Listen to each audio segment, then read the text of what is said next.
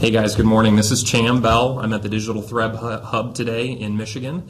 We are demonstrating a nice capability today, which is the interaction between a Skype session and Microsoft's HoloLens.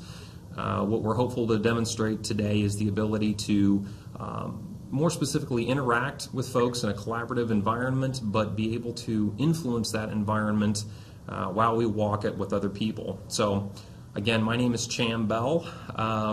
Working with me today are Craig and Wade. Wade is actually wearing the HoloLens today, and we're actually going to have him walk part of our lab environment here at the Digital Thread Hub and to experience some of it. I'm going to influence that environment. So, Wade, good morning. How you doing? I'm doing pretty good. Wonderful. Okay, good. Wade, so I understand that you're in kind of the right wing of the lab environment. I was wondering if you could take a little bit of a look to your right now. I think we should do a visual inspection of the panels that we have. And I think one of the things that I wanted to do today was to take a look at several things that are important to how things are running. And I want to observe real quickly for those uninitiated here that this is an on and off panel, as simple as it gets, but I want to show you how we can now influence the environment by making a markup within the context of the conversation that we're having.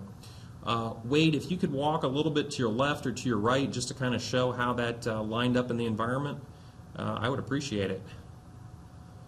So I guess number one here, you can see how that circle that I drew stays right in that space. It's basically stuck to that environment. And if we wanted to go a little bit further and demonstrate some other content that we can work with here, if Wade was working with something that really needed an SOP or some specific information on how to do something, I can go ahead and pin that to this environment and directly influence how he's working on something by affording him new pieces of information within the experience of Skype and HoloLens. Wade, can you do me a big favor and maybe step a little bit closer to the documentation that I provided you? I want to make sure that that's readable. That's perfect. How to create a ServiceNow service request for CDI support. So everything looks good, and I'm pretty happy with the way that worked. So, Wade, I'm not giving you too much of a chance to chat today. I want you to kind of tell me about your environment. Can you take a quick look up and just tell me the lights are on and things are looking good, and what's the weather like outside? Well, it looks bright and sunny. Okay, it looks good. All right, so being mindful of the folks observing our presentation today, why don't I send you on a little bit of a walk here. If you could go over to the 3D printer in the other room, let's walk that with you and just maybe experience what this might look from a service request standpoint and what it might look to walk a shop floor or a manufacturing floor in the very near future. So again, for those of you that are joining our talk today, this is again Skype, this is HoloLens. Wade is literally wearing the HoloLens device today and is making his way over to a 3D printer. Wade, if you can kind of pause there for me, I want to take a look at a couple things here. Let's see, yes. Actually, if you can look down for me a little bit, I need to get a closer look at some of the content that's in there.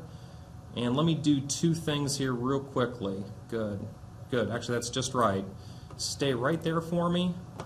Again, Wade and I have worked together for quite a while here, but there is some other information that I want to give to him right now. Wade, I'm going to drop two more pieces of information into the scene right now. And let me get one more here real quick just to kind of demonstrate what this is going to look like. Give me 1 second here. Again, for those of you joining us today, this is all content that I'm literally pulling off my desktop right now and literally dropping into Wade's field of view. So Wade, I've given you a gas generator. You've got some content here that you can reference based on what we're making today in the 3D printer. And if you look a little bit to your right for me, I've also dropped in an example PowerPoint presentation, again noting the ability to show different kinds of information in this space. Wade, can you take one or two big steps backwards for me? Be aware of your surroundings. but I'd like you to turn all the way around and see the rest of the lab here for just a second. Keep spinning around for me. Thank you. Good. All right, let's get one more thing in camera here. And I think what I want to give you here is just one more image of one of the buildings that we're going to consider at a later date. Again, just the opportunity to influence building information, BIM information, building information modeling. Wade, if you would glance to your left a little bit for me. Keep going left, and there's the image of the building that's of interest to me today, where we have a number of pieces of sensor-based data. At a later date in one of these sessions, in a Skype session, again collaborating while we have a person walking the floor, we're going to have more of an emphasis on the actual data that's behind this. So at some point, Wade, and I'm going to ask you to do it right now, Wade, if you would glance up at the lights, we want to be able to look at those individual elements, the MEP, the mechanical, the electrical, the plumbing that's within this space, and be able to say, are we operating within normal parameters? Do we have 2% efficiency, 4% efficiency? How are we doing? And really be able to look at that in a different capacity. So, whole new experience.